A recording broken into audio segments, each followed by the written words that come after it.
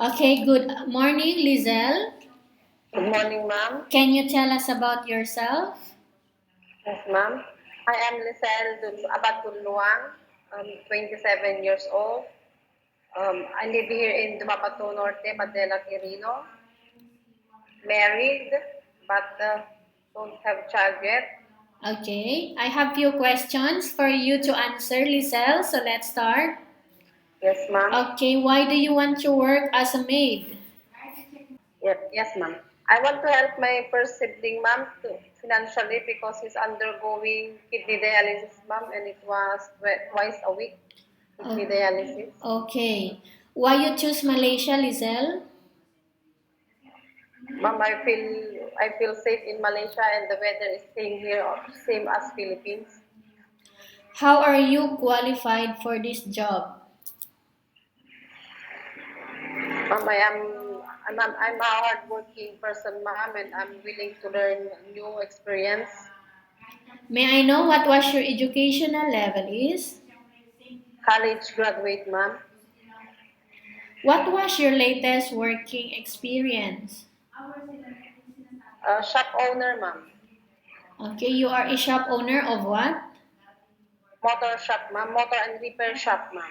Okay, motor repair shop. Have you worked abroad before? No, ma'am. Do you have experience of taking care of babies? Yes, ma'am. Whose babies did you take care before, Lizel? My cousin, ma'am, and our younger sister. Okay, your cousin and your younger siblings.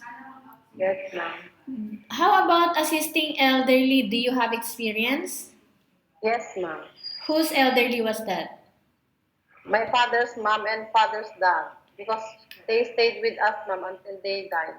Okay, until they passed away. How about bedridden elderly? Do you have experience also?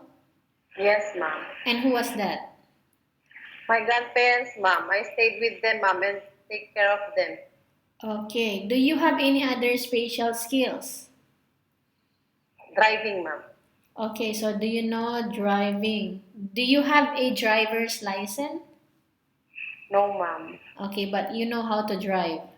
Yes, ma'am. Okay, are you willing to learn new skills? Yes, ma'am. Are you willing to work with a family where the mother-in-law or any relative stay together?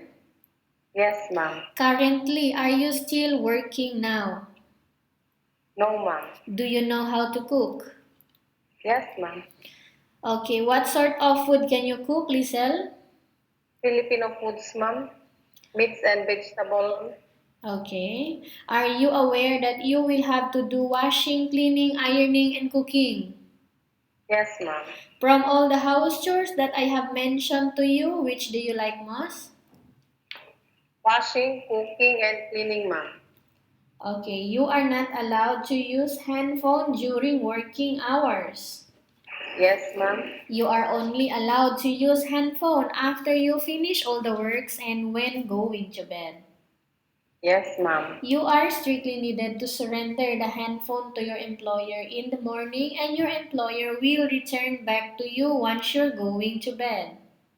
Yes, ma'am. If ever your employer finds out that you're abusing of using your handphone and it's affected your working performance, your employer will confiscate your handphone.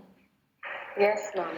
Okay, instead you are only allowed to use normal phone and you are not allowed to use smartphone. Are you agreed for the terms and condition? Yes, ma'am. Are you agreed to the rules and regulation for the handphone, Lisel? Yes, ma'am. How many years is the contract as you agreed and understands? 2 years contract, ma'am. Can you describe for us your attitude? Ma'am, I am kind and hardworking person. Sometimes I got silent. Okay, Lisel, how can you assure to us that you will work hard in Malaysia? I will do everything that is. I will do everything my work, ma'am, until I finish. Okay. Okay. Can you promise not to use the house telephone without the permission of your employer? Yes, ma'am. Can you promise not to put on makeup but to dress properly while work? Yes, ma'am. Can you promise not to invite friends and relatives without the consent of your employer? Yes, ma'am. Okay, can you promise not to ask for advance salary from your employer under any circumstances? Yes, ma'am. Do you really understand of the rules and regulation of the agency? Yes, ma'am. Do you pay any placement fee for you to come to Malaysia to work as a maid? No, ma'am. Do you have any history of sickness, breast cancer, or any other illness? No, ma'am. Have you suffered from any serious illness? No, ma'am. Do you smoke? No, ma'am. Have you undergone any operation before? None, ma'am. No. Okay, are you medically fit or are you fit to work? Yes, ma'am. Are you in any medication right now? No, ma'am. Are you allergic with any food, Liezel? No, ma'am. Are you prepared to work for the employer of different races? Yes, ma'am. Are you prepared to eat the type of food taken or given by your employer? Yes, ma'am. Are you afraid alone in the house? No, ma'am. Are you afraid of dogs or other pets? No, ma'am. Can you promise to work according to instruction from your employer? Yes, ma'am. Do you have any family members working in Malaysia? Yes, ma'am. Whose family member and working as a what? Miss Genevieve Dulnuan, ma'am, and PH worker, ma'am. Okay, is she still here? Yes, ma'am. Okay, so she is your relatives. What relatives? My sister, ma'am. Okay, we have finished our question section. Let's proceed for case study, Liezel. I Yes, have ma'am. a case study for you and answer me truthfully. Yes, ma'am. Okay, upon arrival in Malaysia, within 6 months only, if in case one of your family members passed away, what will you do? I will ask my employer if he allows me to go home, but if not, it's okay, ma'am. I will send the financial support to them. Okay, if in case your employer is watching you, what do you want to tell them? Why employer need to hire you?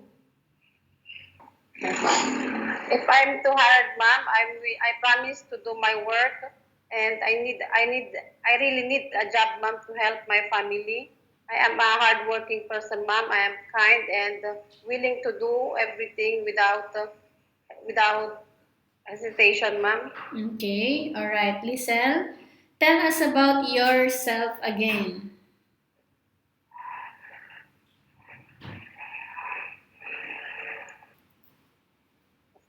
I am Liezel Dulnuan, ma'am, 27 years old, married but don't have a child. And if I am to be hired, ma'am, I am willing to do my work. Okay, so Lisel, thank you very much. We will just update your agency if there is any selection made by the employer. Yes, ma'am.